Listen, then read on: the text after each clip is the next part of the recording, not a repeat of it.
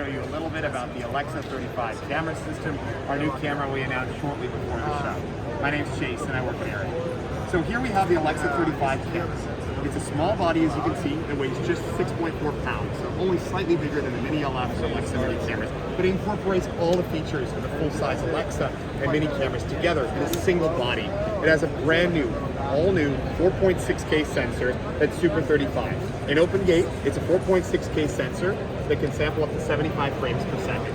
In 4K, you can achieve 120 frames per second in uncompressed Arri RAW, and that 4K is exact Super 35 inside.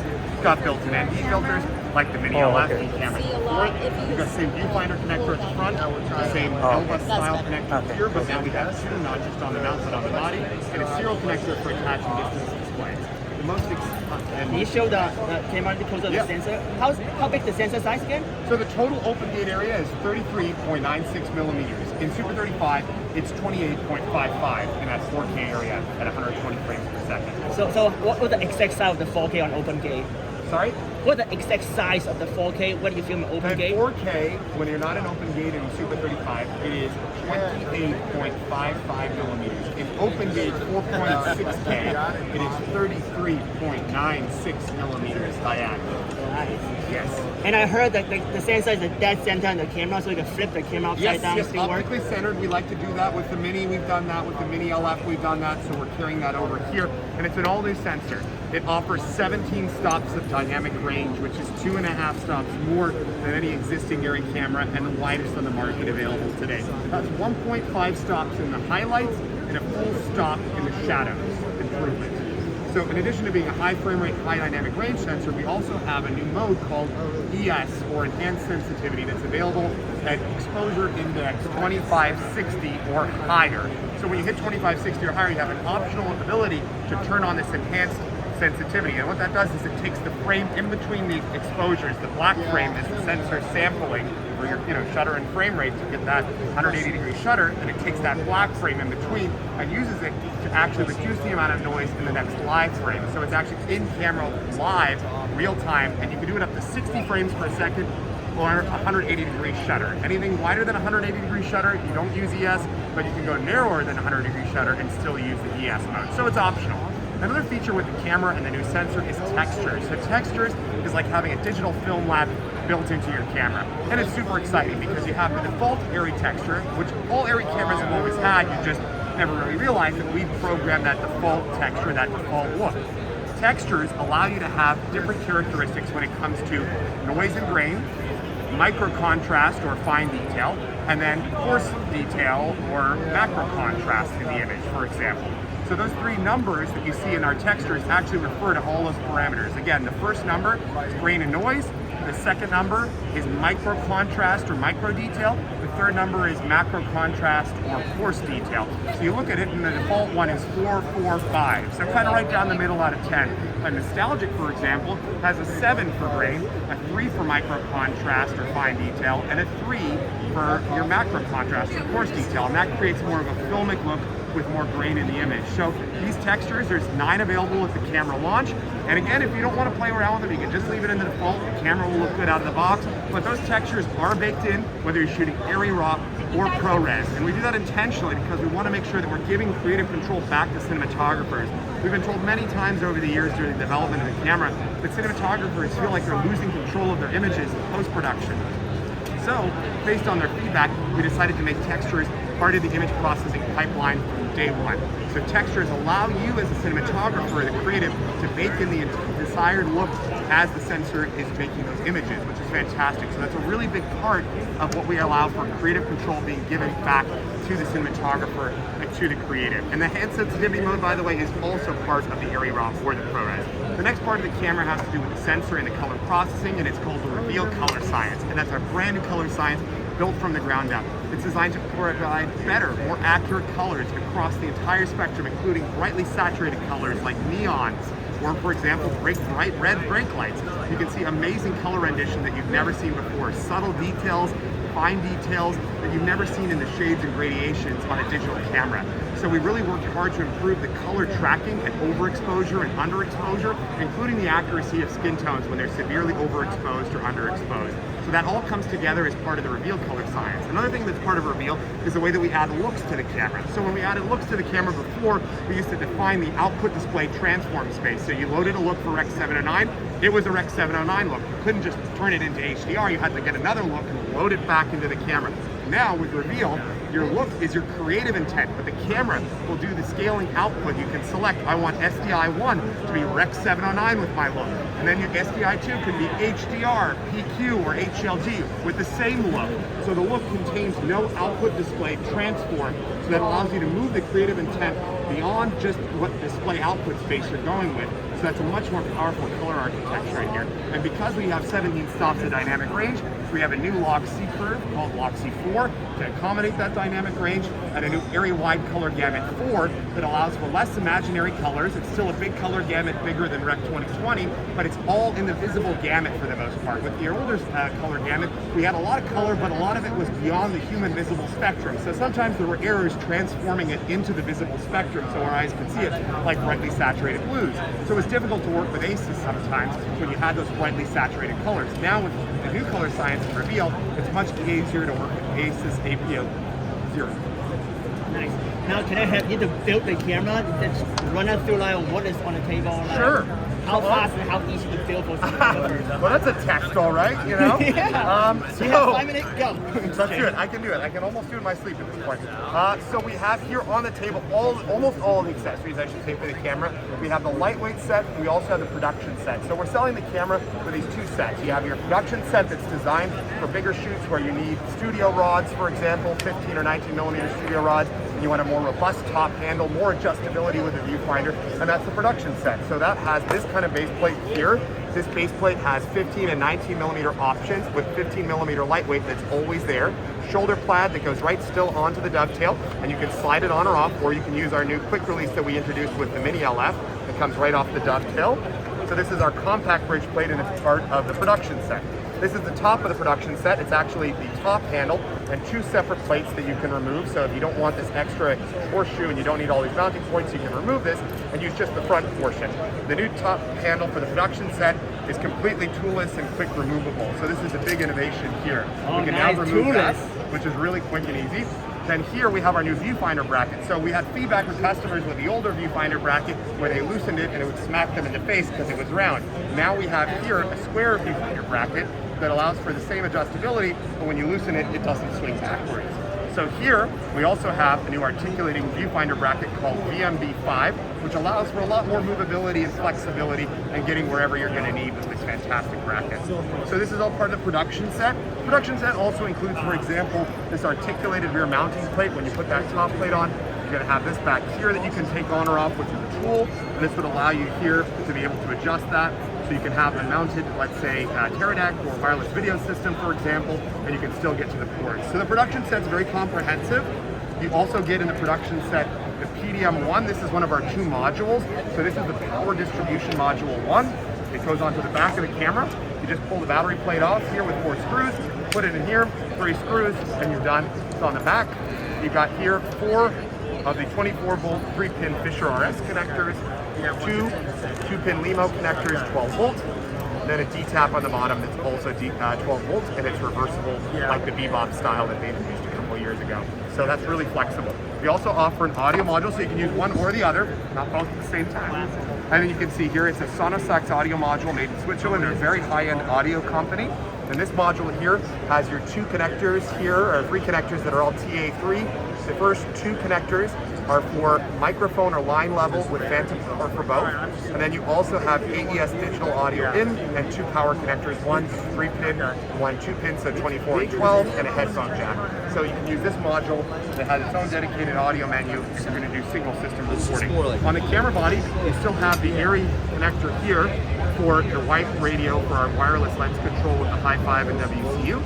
RS connector for 3-pin 24 volt. 2-pin connector for a LEMO 12 volt. You have your same 6-pin audio connector for an audio box with a Mini LF. Same Ethernet, same power connector. Back here you've got your 5-pin LEMO for time code. Second viewfinder connector if you want to mount the viewfinder in the back of the camera. You don't have to come to the front. Wi-Fi antennas. And then you have two totally independent 12G HD SDI outputs for 4K 60p. Each one can have its own look. In a sense, you can have HDR and SDR out of both 4K. both 4K 60 and independent completely. So you can have your own frame line, status information, false color, focus peaking separately out of each one. One can be HDR, one can be SDR, and the viewfinder is totally separate as well. So very flexible monitoring we're bringing from the big full-size Alexa LF and SX2 cameras in a small body for the first time. Now, one thing to do all this amazing things, and in terms of internally in the camera with such a small body and make it more efficient and cool, even in the most extreme environments, we did need to move to 24 volts to accommodate that processing power and that heat management. So 24 volts, we were working with our friends at Bebop many years ago, actually about 2.5 years ago, to develop the B-mount. Yeah. And the B-mount is a great solution for 24 volt power for onboard batteries. It's an open free standard for all the major battery manufacturers. So we have our friends at Bebop, they have that stackable version here. We have our friends at Hot Woods in the UK, they've got a B-mount battery as well. We're all offering multiple batteries and sizes. We even have one from our friends at Core here. They're going to have two different sizes. We're going to have one from Swit, nice big 290 watt hour battery. Those are Chinese brand there. And then we also even have our friends at Anton Bauer, and they will also be making B-mount batteries. So super flexible system, designed with 96 accessories at launch, including lightweight shoulder pads, stabilizer adapter plates for your Trinity, your Maxima, your Arri remote head, or even third-party products like a Tiffin or Pro Rig, Movi or Ronin. Nice. Can you build that thing like right now to see like I can, sure. the small rig, the small production Well, rig? well, the question is really, how do you want me to build it? What configuration? The handheld version, like documentary Lightweight style. setup. Okay. Yeah, absolutely. I'm going to take all these batteries out of the way. Right? Yeah.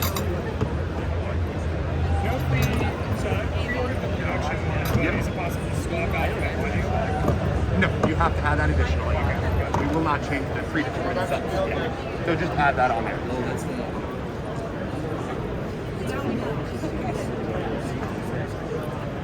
I do that to make it safe. So lightweight setup is going to involve this base plate for now.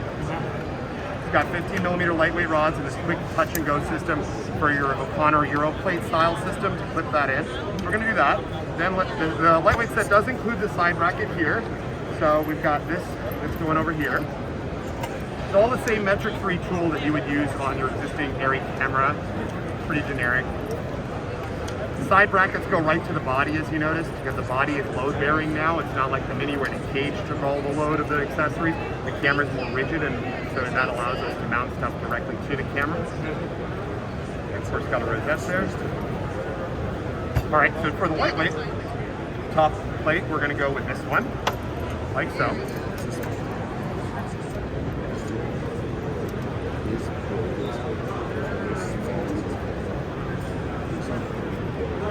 So you could mount the top handle right to the camera if you did want to. It kind of depends on what you want to do. I kind of leave this one on there because, you know, I like the ability with this plate in between to add the horseshoe on the back if I need it. If I don't put this plate, I can't put the horseshoe piece back here that's connected. I could unscrew two of these and put this on the back if I want to. So I like to do this. You don't have to. You can go right to the body if you want, but if I put this on, the nice thing about this is it is a toolless top handle, which is nice. You don't have to worry. You can put a tool through there if you want to. It's still a metric 3. It's got it in there, but I really like the fact that it's just essentially 4 screws that you can do with your thumbs. It's not difficult. And then the choice is, let's say for example, I don't want just lightweight rods at the bottom, I want lightweight rods at the top. I can actually connect this console here, which is for lightweight rods, like so, and this will use 2 metric 3 keys if I want. I don't have to. Someone flipped this top handle around, so what I can also do if I want to, instead of having to pull it out all the way, I can actually even flip the top handle, because it goes either way, which I actually really like.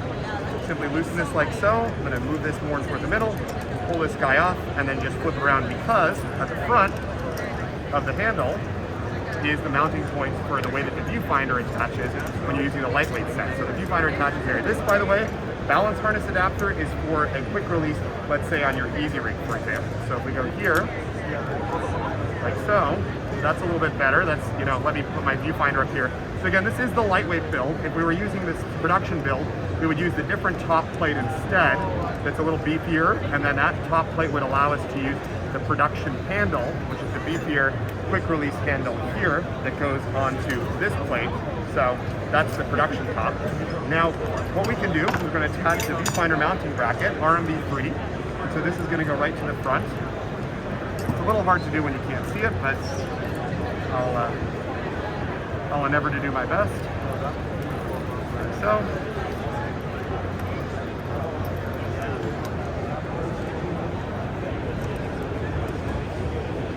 So we're going pretty much straight lightweight set here. The lightweight set comes with a cross bracket. It doesn't come with the fancy viewfinder piece, which is good because if you want to be lightweight, this is much lighter. So this is the old mini viewfinder bracket, which you could still use with the lightweight console. If you attach the lightweight console Let me start 1 second and swap battery real quick. Sure. Yeah. I thought it would be faster with No worries. Do it all yourself? No worries. Yeah, I'm shooting it raw, so drink more power. Shooting it raw? Yeah, I'm shooting it raw. Just my power. Okay, in between I have one more question. Sure. So for example, SDI, if you are considering mini LF or mini, like we are using SDI output, we are connecting with the different modules, like it's going directly to the director monitor or onboard monitor or wireless system. So we are giving. So we found a lot of issues. Like sometime so we used to do some isolator we will be connecting for the safety, because sometimes the power back, it will happen loop back, and it is affecting that wireless. So with respect to that, any protection? We've protected it as best we can. Doesn't mean it's foolproof. You should still follow that procedure. The biggest issue that occurs with that is the D-tap. You really don't want to use the D-tap. If you can, you should use a 3-pin LEMO, Fisher, 3-pin Fisher connector, or a 2-pin LEMO, because those are grounded. So that's better right off the bat. When you use a D-tap, that's very dangerous because it has no grounding in the cable.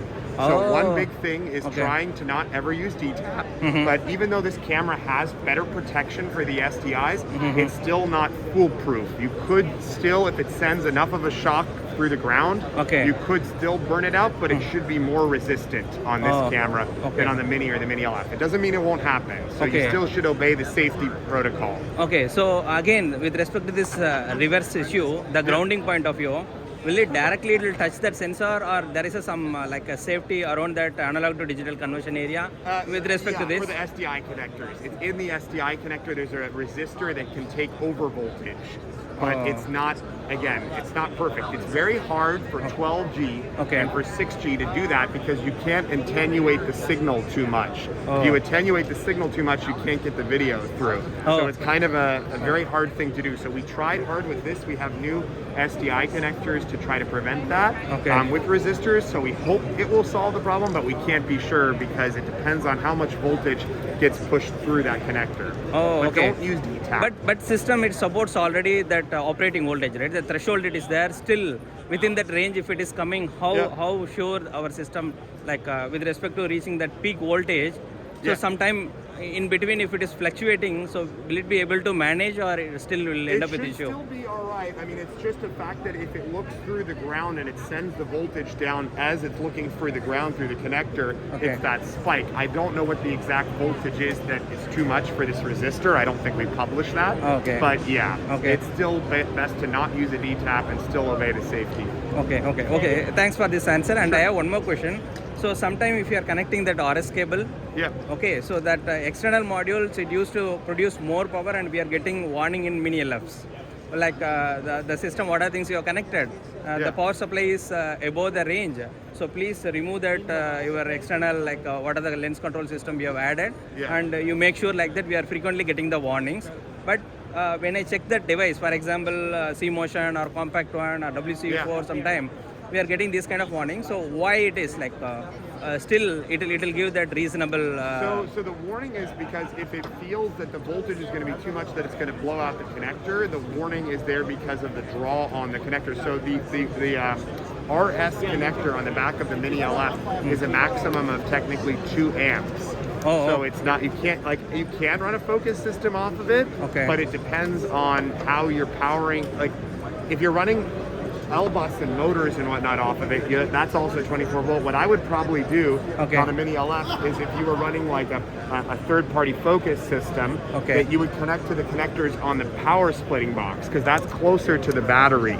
So that's before it hits the camera. So it's possible trying to use the connectors like the 3-pin or the 2-pin on the Bebop power splitting box, because that's closer to the battery. So it gets the amperage and voltage right off the battery before it hits the camera, and those are unregulated, so that's not limited to 2 amps on those connectors on the power splitting box. Oh, that's good. And what is the recommendation, like if suppose we have a power splitting box already it's mounted, and like other accessories also connected, so we can supply, like we can power on all the accessories one time, or first we need to turn on the camera, then we need to turn on that other accessories?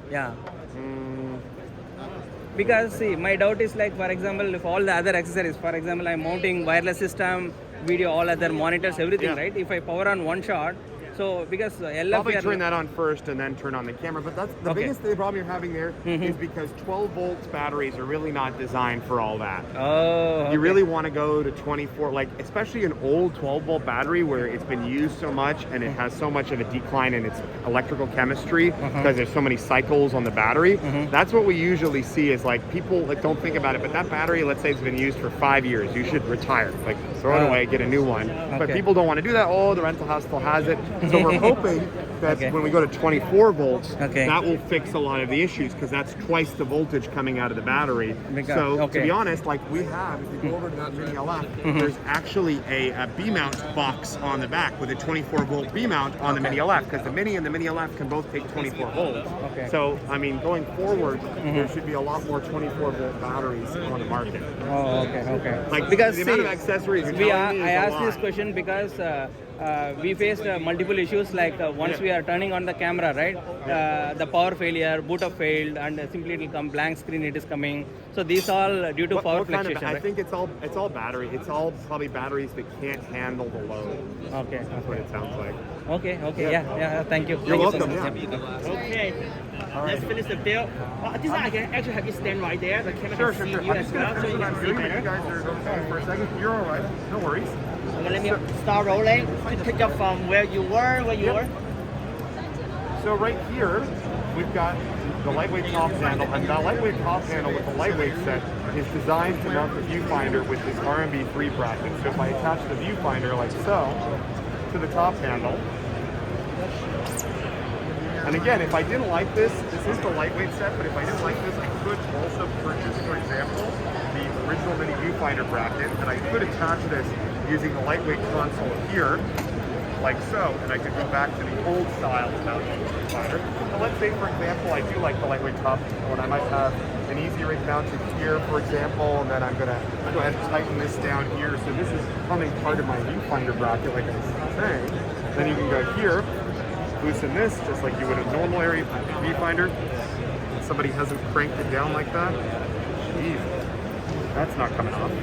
Well, that's what you would loosen to then attach the viewfinder. I don't know who used that last, but it's going to require some grease. But essentially the viewfinder would attach like so. Then you would cable the viewfinder in with the same viewfinder connector as the Mini LF. I can't for the life of me without completely killing my hand. Do that. There we go. Oh, you got it. Awesome. I don't have a viewfinder cable with me for obvious reasons, but essentially you need the viewfinder cable, and that would be pretty close to the lightweight set. Nice. This little stopper you want to put on, because this stopper here. You have a lens with you, you can put the lens on too? Nope, this is not for that camera. You would have to go to another camera. We have Alexa 35 with a zoom over there. Yeah. Alexa 35 with a prime behind you. Nice. This is just the accessory table. Nice. We don't turn the camera on over there. So for the big build, what other thing you got to put on it? Well, you take most of it apart. Oh, you so rebuild it. It's not, so this plate would go on the bottom with Got the it. dovetail. Then you would replace this top plate with the other top plate here. Then you would use the top handle, that's this one here, and connect to the viewfinder here. It's not designed to switch, I guess, like during production, like instantly, like maybe per day. One day you might want lightweight, one day you would want production. But I mean, the base plate is the easiest to change, obviously. That just slides right off. So if you were taking this off like so, then you could put you needed to go maybe for a bigger lens, you still had the lightweight at the top, you put the studio base plate on for 15 to 19 like that. Lock that on. And now it doesn't have like the Mini had the like brackets that went alongside the top, so you had to take apart the whole cage. No, you don't have to exactly. It's these that are here on the side. Nice. So that's more production-ish, but that's the production top plate. Let me ask you a question. So the camera have like Genlock sync cable that can sync to other camera frame perfect? Yes, that's here. Genlock is the sync in. Oh, it's built in right there. Nice. Yeah, the middle connector. Awesome. Okay, so what's the availability of the camera? How much? How people, if interested, when they get one? Yeah, rent one? absolutely. So the camera, we've been taking orders since June 1st for the camera. You can order it through Arri directly in the US, or you can order through one of our dealers. The price of the lightweight set for the camera, the viewfinder, and the lightweight accessories is $75,000 US. The production set with the more accessories, that is $77,940 US. And both those don't include media, but we do have media packs available, like let's say 3 2-terabyte drives and the dock reader for about $13,100 US. So that's a good starting point. And the camera will start to ship in July.